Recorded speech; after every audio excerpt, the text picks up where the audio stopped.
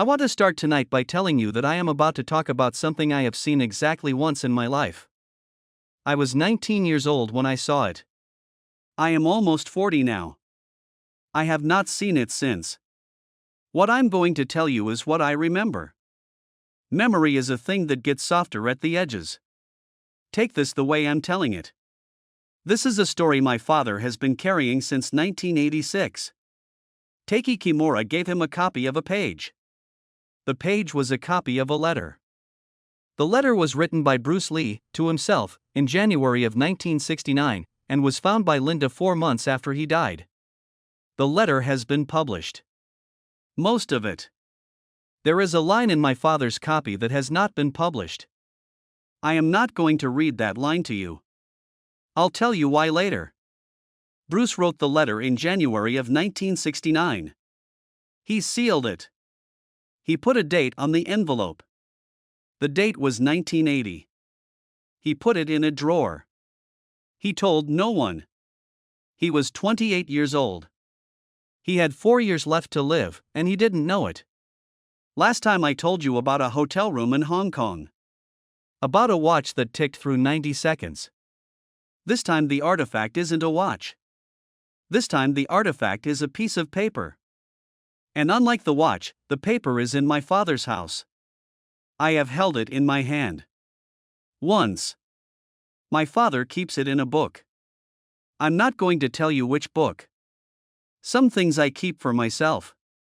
He has had the copy since 1986. That's 38 years now. The book sits on the second shelf from the top, on the wall behind his reading chair. He has moved twice in those 38 years. The book has moved with him. He doesn't take it down often. I have seen him take it down twice in my life. The first time he opened the page and showed me. The second time he opened the book, looked at the page, and closed the book again without taking the page out. I was in the room both times. I didn't ask him about the second time. I didn't think I had the right to. The page itself is a photocopy.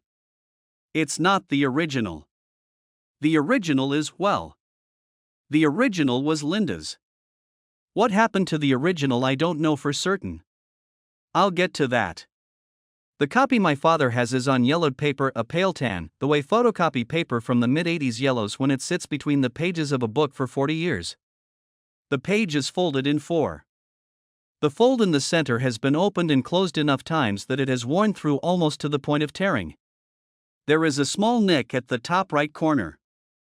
The text is typewritten. The original letter was handwritten by Bruce, but the copy my father has is a typescript, made by Taiki from a transcription Linda gave him in 1975.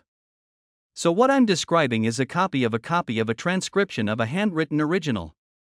That's 4 removes from Bruce's hand. Keep that in mind. The page smells like the book. The book smells like dust and wood and a little bit of pipe smoke, because my father kept it in a study for 20 years where he sometimes smoked a pipe in the 80s. He doesn't smoke anymore. The smell is faint. You have to put your face close to the page to find it. I did, the one time he let me hold it. I want to tell you about that one time before I tell you about the letter. Because the way I learned about the letter is part of the letter, now.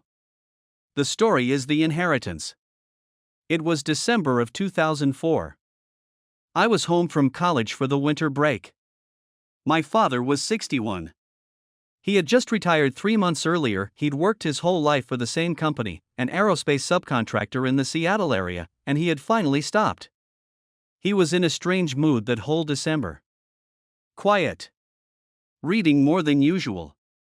He had grown a short beard for the first time in his life and then shaved it off after 2 weeks. My mother said he was figuring out what to do with himself. I think he was, actually, figuring out what to give me before I left again, because he must have known by then that the visits were going to get shorter. It was the night before Christmas Eve. He came down the hallway from his study. He was holding the book. He came into the kitchen where I was making tea. He sat down at the table. He put the book down on the table between us. He said, "I want to show you something. I'm going to show you once. I don't want you to ask me about it after." I said okay. He opened the book. He turned to a page about 2/3 of the way through. I didn't see what page, I didn't see what book, because his hands covered the page numbers. He took out the folded page. He unfolded it. He turned it so it faced me. He pushed it across the table. I read it. I'm going to tell you what I remember reading. I'm going to tell you in a moment. First, I want to tell you what I remember about the room. The kettle was boiling. I remember that, because the whistle started about 30 seconds after he pushed the page toward me, and neither of us got up to turn it off. The whistle went on for maybe a minute and a half before it stopped on its own. I remember the second hand of the clock on the wall. My father's house has a clock with a second hand and I always notice it. I remember my father did not look at me while I read. He looked at his hands. His hands were on the table, palms down, fingers spread, the way he sat when he was thinking about something he didn't want to talk about. The way Bruce, in the photograph I have seen of him at his desk, had his left hand on the table while he wrote. When I was done reading, I looked up. He was still looking at his hands. I said, "Where did you get this?" He said, "Takey gave it to me." 86. In the garage.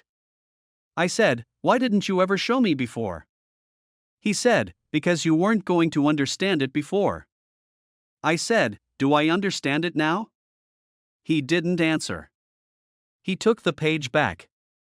He folded it in 4. He put it back in the book. He closed the book. He stood up. He went to turn off the kettle. He never spoke to me about the letter again. The second time I saw him take the book down was 19 years later. Last spring. I was visiting. He was almost 80. He went to the shelf. He took down the book. He opened it. He looked at the page. He closed the book. He put it back. He sat in his chair. He said nothing. I said nothing. I think he was checking that the page was still there. I think he does that, occasionally. I don't know how often. So, that's the artifact. That's what I'm working from. A page I read once for maybe 4 minutes when I was 19, and a memory of my father's hands on a kitchen table, and the smell of pipe smoke and dust on cheap copy paper. That's it. That's all I have. If you came here for documents, you came to the wrong place. If you came here for the way a piece of paper sits in a man's house for 38 years and changes the shape of a room without anyone ever talking about it, stay. Now. The letter. The letter has been published. The main body of it has been published since 1975, when Linda put it in her first book about Bruce. It's been republished many times since. You can find it. I'm not going to send you to a source, because I want you to hear it the way I'm telling it, but you can find it. The published version is real. I'm not making up the letter. The letter exists in the world. What's in the published version? In the simplest terms, Bruce wrote a list of things he was going to do. He titled the page at the top, "My Definite Chief Aim." He wrote his name at the top. Bruce Lee. He wrote that he would become the first highest-paid Oriental superstar in the United States. He wrote that he would, in return, give the most exciting performances and render the best of quality in the capacity of an actor. He wrote that starting in 1970 he would achieve world fame, and from then onward, by 1980, he would have in his possession $10 million. He wrote that he would live the way he wanted to, and achieve inner harmony and happiness. That's the published letter.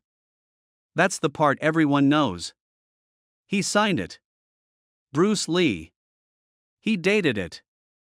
January 9, 1969. He folded it. He put it in an envelope. He wrote the date 1980 on the outside of the envelope. He sealed it. He put it in a drawer in his desk in the house on Roscomare Road in Bel Air. The envelope was sealed. The seal was unbroken when Linda found it. Stop here for a second. Think about what that means. He wrote a letter to himself. He sealed it. He put a future date on it. He told no one. He didn't open it himself. He didn't refer to it in his journals. He didn't tell Linda. He didn't tell Takey. He didn't tell James Coburn or Steve McQueen or Sterling Siliphant or any of the men who came to the house and trained with him in the years between January of '69 and July of '73. He just wrote it, and sealed it, and put it in the drawer, and went on with his life. He had 4 years and 6 months and 20 days left. The letter has a number at the top. $10,000. That's not the strange part. I misspoke. The number is $10 million. $10 million by 1980. That's not the strange part either. The strange part is that he wrote a number at all. He wrote a specific dollar figure on a piece of paper and sealed it in an envelope and gave it a date 11 years in the future. He turned a wish into a contract. With himself. With no witnesses.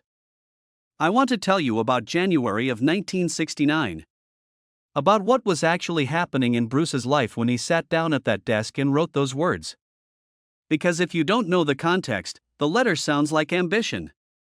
With the context, it sounds like something else. He was 28. He'd been in America for 10 years. He'd come over in 1959, sent by his parents, partly because of a fight in Hong Kong that had gotten serious, partly because they wanted him to claim his American citizenship before he turned 18. He'd worked his way through Edison Technical School in Seattle, then enrolled at the University of Washington, where he met Linda. He'd opened his first martial arts school in Seattle, in the basement of a restaurant called Ruby Chow's, where he also worked as a waiter. He'd opened a second school in Oakland, on Broadway, in 1964. He'd done the demonstration at Long Beach in August of '64, the demonstration where Jay Sebring saw him and told a producer named William Dozier about him, which led to the audition for the Green Hornet, which led to the role of Kato. The Green Hornet aired for one season. 1966 to 1967. 26 episodes. It was cancelled. The show that was supposed to make Bruce a star in America made him recognizable for about 9 months and then put him out of work. By January of 1969, the show had been off the air for 18 months. He had not had a significant acting role since. He'd done a few guest appearances, one on Ironside, one on Here Come the Brides, one on Blondie. Small parts. He was known in Hollywood as the guy from the Green Hornet. He was known in martial arts circles as the man who could do things on a soundstage that nobody else could do. He was not, in any sense that mattered to the people who wrote checks, a star. He had closed the Oakland School in 1967. He had stopped teaching publicly. By January of '69, he was teaching a small handful of private students in the backyard of the house on Roscomare Road. The students paid him very well, $250 an hour, in 1969 money, which is something like $2,000 an hour today. His students were James Coburn, Steve McQueen, Sterling Siliphant, Roman Polanski, Sharon Tate. A short list of the most powerful people in Hollywood. He was teaching them in his backyard for cash, while he tried to get anyone, to give him a leading role in a film. It wasn't working. He had a script. He'd been writing it with Sterling Siliphant. The working title was The Silent Flute. It was a martial arts spiritual journey film. He couldn't sell it. He'd been pitching a television series, A Wandering Martial Artist in the American West. Warner Brothers liked the idea, said they were thinking about it, said they'd get back to him. They didn't get back to him. 2 years later, they would make the show without him and call it Kung Fu and cast David Carradine. He had a wife, Linda. He had a son, Brandon, who was about to turn 4, his birthday was February 1st. So in early January of '69 he was still 3. He had a mortgage on the house on Roscomare Road that he could barely afford. He had back problems, he'd injured himself badly in 1970, but the back was already bothering him in '69, and the medical bills were starting to add up. That's the man who sat down at the desk on January 9, 1969, and wrote a letter promising himself that by 1980 he would be the highest-paid Oriental star in America with $10 million in his possession. He wasn't writing from a position of strength. He was writing from a position of having nothing else to write. This is important. The letter is not the manifesto of a man who knows he is going to win. The letter is the contract of a man who has decided to behave, every day, as if he has already won, because the alternative is to behave as if he is going to lose, and he refuses to do that. There's a thing martial artists talk about: intent. The English word doesn't quite cover it. The Japanese word is kokoro, the Chinese is xin, the heart mind, the place where decision and feeling are not separate. Bruce wrote about it constantly in his notebooks. He believed that what a man does is downstream of what a man has decided he is. Not what he wants to be. What he has decided he is, in the present tense, before there is any evidence for it. The letter is that decision, on paper. He wrote the date 80 on the envelope. He was 28 years old when he wrote it. 28 plus 11 is 39. He picked 39 as the year he would open the envelope and check his work. 39 is, statistically, in the middle of a life. He didn't pick 50. He didn't pick 60. He picked 39, because 39 is when a man is supposed to be in the middle of the thing he set out to do. He died at 32. There's a line in the letter Linda did not release publicly. My father's copy has it. I'm not going to tell you what the line says. I want to tell you why. When my father showed me the page, in the kitchen, in 2004, I read the whole page. The published part and the unpublished part. The unpublished part is one sentence. It is at the bottom of the page, below the signature, almost as a postscript. It is in the same handwriting as the rest, or rather, in the same typescript, since what I read was Takei's transcription. But Takei's transcription, my father told me later, included everything that was on the original page Linda had shown him, including the postscript. The postscript is about Bruce's son. I'm not going to tell you the words. I'll tell you why in a minute. First, I want to tell you what I felt when I read it, because the feeling is something I can give you, and the words are not. I felt, reading that one sentence, that I had walked into a room I was not invited to. I felt that the man who had written the rest of the page, the public letter, the manifesto, the contract, was a man performing a role for himself. Confident. Forward. Unafraid. The man who wrote the postscript was a different man. A man who had stopped performing for one sentence. A man who had said one true thing, in private, to no one, and then sealed the envelope before anyone could see him say it. That's why I won't repeat it. Because the postscript was sealed. Linda found it. Linda chose not to publish it. Takei transcribed it for himself and showed it once to my father. My father showed it once to me. Each person in that chain made a small decision to keep it private. I'm going to make the same decision. Not because I think you can't handle it. Because the letter was written, by Bruce, on a day when he sealed an envelope and put a date 11 years in the future on the outside, and he did that because he wanted to keep something for himself. The published letter, that was for the world. The postscript, that was for him. He didn't get to live to read it. Linda read it. Takei read it. My father read it. I read it. That's enough, people. That's already more than he intended. I'll tell you only this. The postscript is one sentence. It is about his son. Brandon, at the time of the writing, was 3 years old, almost 4. The sentence is a sentence a father writes when he is 28 and his son is small and he is afraid of something he cannot name, and he writes the sentence down because writing it is the only way to put it somewhere outside of himself. You don't need the words. You have the shape of it. I want to tell you about the 3 films.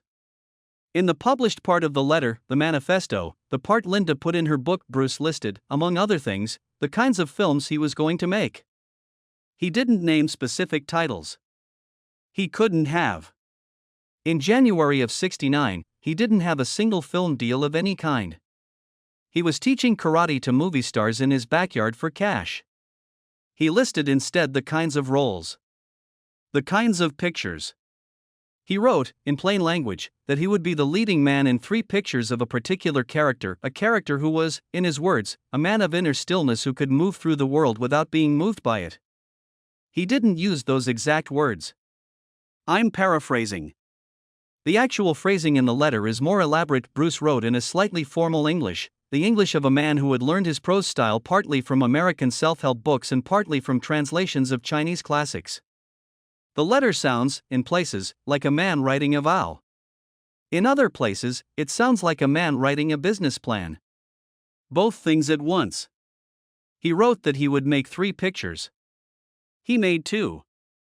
In 1971, after years of getting nowhere in Hollywood, he went back to Hong Kong for a visit.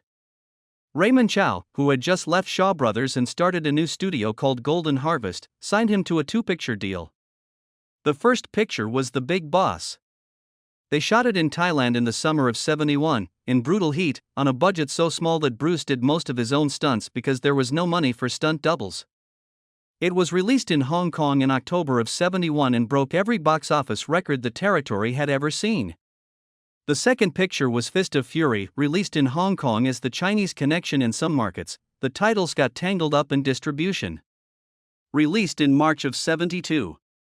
Broke the records that The Big Boss had just set. That's 2 of the 3. Then he did something the studio hadn't planned for. He directed his own film. He wrote it, he directed it, he starred in it, he choreographed every fight in it. The Way of the Dragon. Shot in Rome in the summer of '72. Released in Hong Kong at the very end of '72. Broke the records again. The famous fight at the end of that film, in the Coliseum, against Chuck Norris, that was Bruce's idea, every shot of it. Chuck Norris said in interviews, years later, that Bruce had storyboarded the fight in a notebook, every angle, every beat, before they ever stepped onto the set. That's not the third film, though. The third film, in the letter, was something else. I want to be careful here, because what I'm about to say is interpretation, not fact.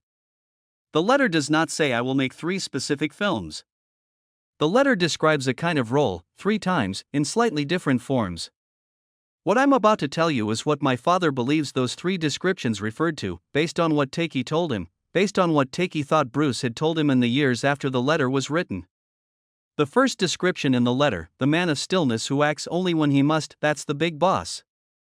Bruce playing a young man who has sworn to his mother that he will not fight, until the moment when he has no choice. The second description, the man who carries a wound from his teacher and avenges it, that's Fist of Fury. Chenjin avenging his master Hui Yuanjia. The third description in the letter, and this is where it gets strange, is a man who has stopped fighting. Not a man who was reluctant to fight. Not a man who has been pushed past the limits of his patience. A man who is finished. A man whose fights are behind him, who is teaching what he knows to a younger person, and whose work in the film is to pass something on rather than to win something. That's not a film Bruce made. He started a film like that. Game of Death. He shot maybe 40 minutes of footage for it in the fall of 1972, between Way of the Dragon and the Hollywood deal that would become Enter the Dragon. The footage that exists from the original Game of Death, the famous yellow tracksuit, the pagoda, the fight with Kareem Abdul-Jabbar, that footage is brilliant and unfinished and mostly action. It's not the film Bruce was describing in the letter. The film in the letter was quieter. The film in the letter, my father believes, was about a man who has put fighting down. Bruce never finished it. He died in July of 1973, with Enter the Dragon about to be released, the film that would make him a posthumous superstar in America, the thing the letter had promised would happen by 1970. The third film, the quiet one, the one about a man who was finished, was the one he was going to make next. There are notes for it. There are fragments. Linda has spoken about it in interviews, not in detail. Bruce had told Sterling Siliphant about it. He had told James Coburn about it. He had not yet started a script. So when I say 2 out of 3, that's what I mean. 2 of the films in the letter became The Big Boss and Fist of Fury. The third one, the one about stillness after fighting, the one Bruce wanted to make in the second half of his life, that one he didn't get to. He listed 3 films in a sealed envelope when he was 28. By the time he died, he had made 2 of them, and the third one was the only one he was thinking about. That's the part nobody talks about. I want to tell you how Linda found the letter. Bruce died on July 20, 1973, in Hong Kong. Linda was in Hong Kong with him at the time. They had moved the family back to Hong Kong in 1971, when the Golden Harvest deal happened. She came back to the United States in the autumn of '73 to begin sorting out his estate. The house on Roscomare Road had been sold years earlier. They'd lived in a different house in Bel Air after that, then moved to Hong Kong. But Linda had kept some of Bruce's things in storage in California, in boxes, including the desk. The desk had a drawer. The drawer had not been opened, as far as Linda could tell, since they had packed it. It had been packed by a moving company in 1971. The contents had not been disturbed. When she opened it, in November of '73, 4 months after Bruce's funeral, she found, among other papers, an envelope. The envelope was sealed. The seal was unbroken. On the outside, in Bruce's handwriting, was a single number. 1980. She did not open it that day. She told Takei, years later, that she sat with the envelope for a long time before she opened it. She said she knew, before she opened it, that it was something Bruce had put there for himself, and that opening it would be a kind of trespass. She said she sat with it for what she thought was about an hour before she finally broke the seal. Inside was the letter. My definite chief aim. Dated January 9, 1969. Signed at the bottom. Below the signature, the postscript I'm not going to repeat to you. Linda read it. Linda put it back in the envelope. Linda did not show it to anyone for 2 years. In 1975, she included most of it, the published part, in her book about Bruce. She did not include the postscript. She did not mention that there had been a postscript. As far as the public record is concerned, there is no postscript. The letter that has been published since '75 is the letter without the last sentence. Why did she leave it out? I don't know. I'm not going to speculate. She had her reasons, and they're hers.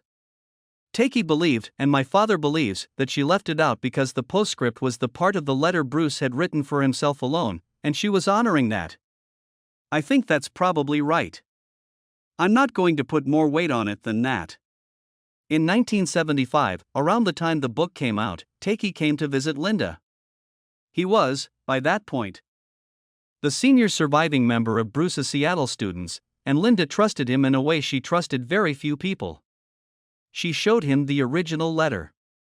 The full letter, including the postscript. She let him read it. She let him sit with it for as long as he wanted. She did not let him take it. She did not let him photograph it. But she allowed him, with her permission, to write down what it said. Takei transcribed the letter by hand that afternoon, in Linda's kitchen, on a yellow legal pad. He took the legal pad home to Seattle. At some point, my father thinks in 1976, Takei typed the transcription on his typewriter, the same typewriter he used for the school newsletter at his store. He made one copy. He kept the original typescript in a folder in his desk at the grocery store on Jackson Street. The carbon copy he kept at home. He showed the typescript to almost no one. My father is the only person, as far as my father knows, who Takei ever showed it to in full. There may have been others. Takei did not advertise it. It was 1986. June. My father was 43. Takei was 62. My father had driven down to Seattle for the weekend to see Takei, the way he did once or twice a year. He'd parked his truck in the alley behind Takei's house. They had spent the afternoon in the garage, working on a piece of furniture. Takei was building a small bookshelf for his daughter. They drank coffee. They talked about nothing in particular. The radio was on, tuned to a baseball game. The Mariners were losing. Around 5 in the afternoon, Takei went into the house. He came back out 15 minutes later. He had a manila folder under his arm. He sat down on a stool across from my father. He put the folder on the workbench. He said, "I want you to read something. I want you to read it here. I'm not going to give it to you to take home. But I want you to read it." My father said, "What is it?" Takei said, "It's a letter Bruce wrote. To himself." My father read it. He sat at that workbench in Takey's garage in the late afternoon light coming through the window, with the radio playing baseball, and he read the letter. He read the published part and the postscript. He read it twice. The second time, he says, he read it slowly enough that he was sure he had it. When he finished, he handed the folder back to Takey. Takey took it. Takey said, "I'm going to give you a copy." "Not today. I'll send it to you.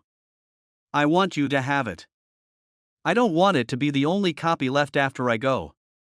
My father said, "You're not going anywhere." Takey said, "I'm going somewhere. Everyone's going somewhere. I want there to be a copy of this in another house. So that's why I'm giving you one." About 6 weeks later, an envelope arrived at my father's house in Federal Way. Inside was a single sheet, the typed transcription, with the postscript at the bottom and a short handwritten note from Takey. The note said 3 sentences. My father has never told me what the 3 sentences said. I asked him once. He said, "That part's between Takey and me." I didn't ask again. He put the page in a book. He has had it in that book since 1986. That's how the artifact got from Bruce's drawer in Bel Air to the bookshelf behind my father's reading chair. Bruce sealed it. Linda opened it. Takey transcribed it. My father copied it into a book.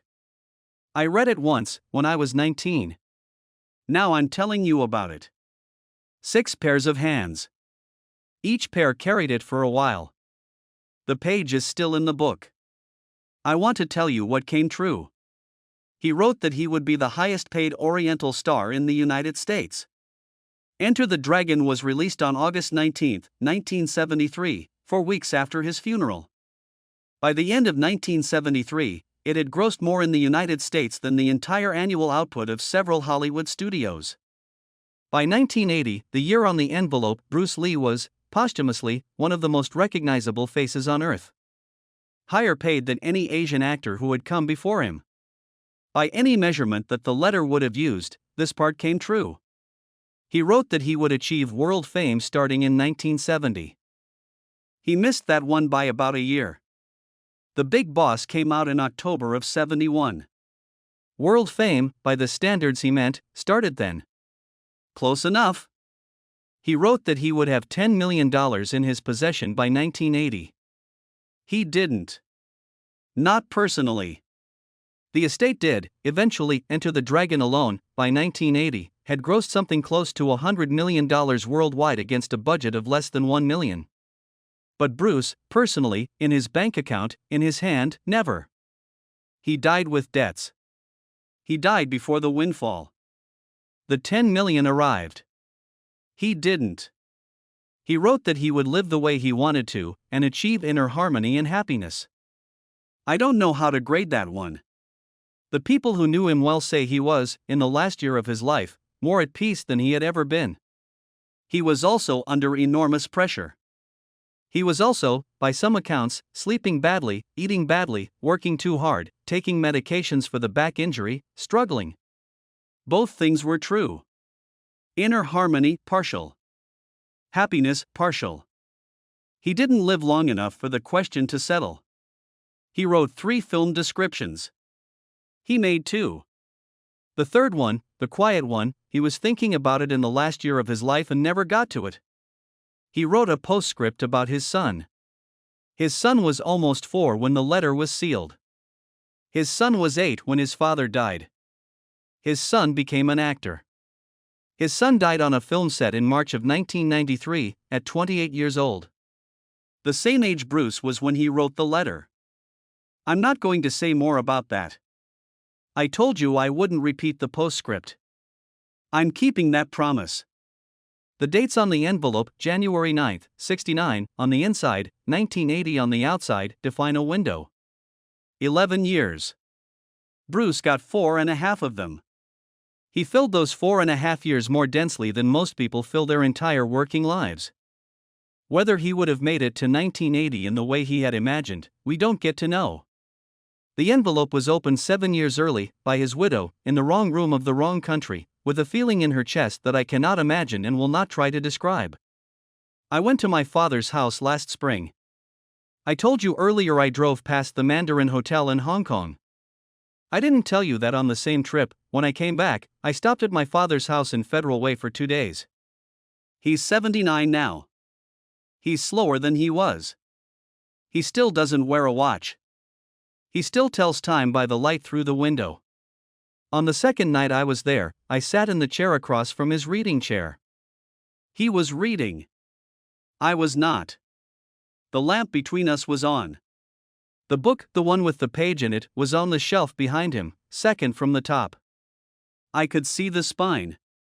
He didn't know I was looking at it.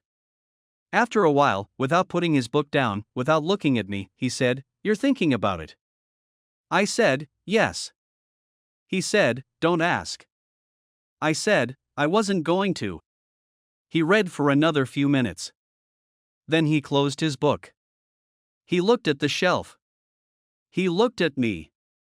He said, "He didn't write it for us. He wrote it for the man he was going to be. That man never showed up. So now it just sits there." He didn't say anything else for a while. The lamp was warm. The clock on the wall did its thing. After maybe 2 minutes, he said one more thing. He said, "I think about that drawer sometimes. The one in the desk. The one in storage. I think about how it sat there from 71 to 73 with the envelope in it, and nobody opened it, and Bruce was alive on the other side of the world making movies, and the envelope was in the dark in California waiting for 1980. And then he died. And the envelope was still there. And it didn't know." That was all he said. He picked his book back up. He started reading again. I sat there for another hour. I didn't say anything. Eventually I went to bed. In the morning I left. He walked me to the truck. He didn't mention the letter. Neither did I. We hugged. I drove home. I've been thinking, since that night, about what he said. He wrote it for the man he was going to be. That man never showed up. I think that's the truest thing anyone has said to me about Bruce Lee. I've read a lot about Bruce. I've watched all the films, most of them many times. I've read Linda's book, John Little's books, the polybiography, the interviews, the magazine pieces from the early 70s. I've watched the documentaries. I have a sense of who Bruce was the way you have a sense of someone you've never met but have read about for a long time. None of it has hit me the way my father's sentence hit me. Because the sentence is the point. The letter is a letter from a young man to a future version of himself. The future version never arrived. The young man, the 28-year-old at the desk on Roscomare Road, with the back pain and the cancelled show and the rich students paying him in cash for backyard lessons and the small son who would turn 4 in 3 weeks and the wife who trusted him and the script he couldn't sell, that young man wrote a contract with a man who didn't exist yet. And the man who didn't exist yet never came into being. The young man went straight from 28 to 32 and stopped. The contract was left holding the bag. What the contract did, in the 4.5 years it had, is more than most people manage in 50. But what the contract was for the man at 39, opening the envelope, taking stock, deciding what to do next, that man is the one we don't have. That's the man my father is talking about when he says that man never showed up. That's the absence. That's why the page in the book is so heavy. Because the page was written to an absent person. The page is addressed. The page has a recipient. The recipient never collected. So now it just sits there. In a book on a shelf in Federal Way. Folded in 4. Yellowed. Smelling faintly of pipe smoke. The seal long since broken. The transcription 4 removes from the original hand. The postscript still private, between 5 people, only 4 of whom are alive, and one of those 4 is going to forget eventually, and one of those 4 is me. I wonder, sometimes, what Bruce would have written in 1980 if he had lived to open the envelope. I imagine him at 39, in some house I cannot picture, in some life I cannot imagine, still acting, maybe not directing, probably, teaching, certainly, sitting down at a desk and reading the letter from his 28-year-old self. I imagine him laughing at parts of it. I imagine him being embarrassed by parts of it. I imagine him pausing at the postscript and reading it twice. I imagine him taking out a fresh sheet of paper and writing a new letter, to himself at 50, to be opened in 2001. He would be 83 this year if he'd lived. He'd be retired, probably. He'd have grandchildren. He'd have made, 40 films? 50? He'd have written books. He'd have, by now, written several letters to himself, sealed in envelopes, in drawers in different houses, with different future dates on the outside. The letter from 69 would be the first in a series. Instead, it's the only one. It's the only letter, and it was opened by the wrong person, in the wrong year, in the wrong country, and it has been sitting in a book in my father's house for 38 years, and one day my father will be gone and the book will come to me and I will have to decide what to do with the page. I don't know what I'm going to do. I think I'll leave it where it is. In the book. Folded in 4. I think I'll put the book on a shelf in my own house, second from the top, behind whatever chair I sit and read in. I think I'll take it down maybe twice in my life. Once to show whoever I think should see it. Once, near the end, to check that the page is still there. That's how these things get carried. That's the whole job. You don't open the envelope. You don't read the postscript out loud.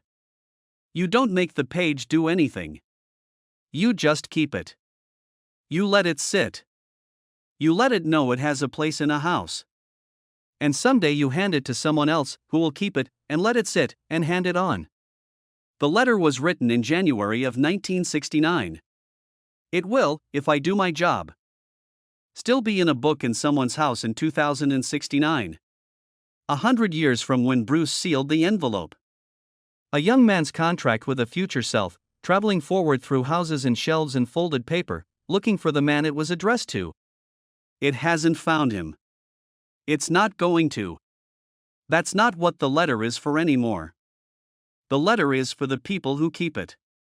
The letter is for my father, and for me, and someday for whoever I give it to. The letter is the way a man who lived 32 years reaches into a kitchen in 2004, into a study in 2024, into your living room tonight, and puts a piece of paper on the table and says, "Here. I wrote this when I was 28. I didn't get to read it again. You read it. We did. We are. We will. My father has one more thing he hasn't shown me. He says I'll see it when he decides. I don't know what it is. I don't know when it'll be. He's 79. I don't push him. When he shows me, if he shows me, I'll tell you. If you've made it this far, thank you for sitting with me. Take care of the people who carry things for you. Carry things for the people who can't carry their own. Don't open everyone's envelopes. Some of them weren't written for you. Some of them were. You'll know the difference. Good night.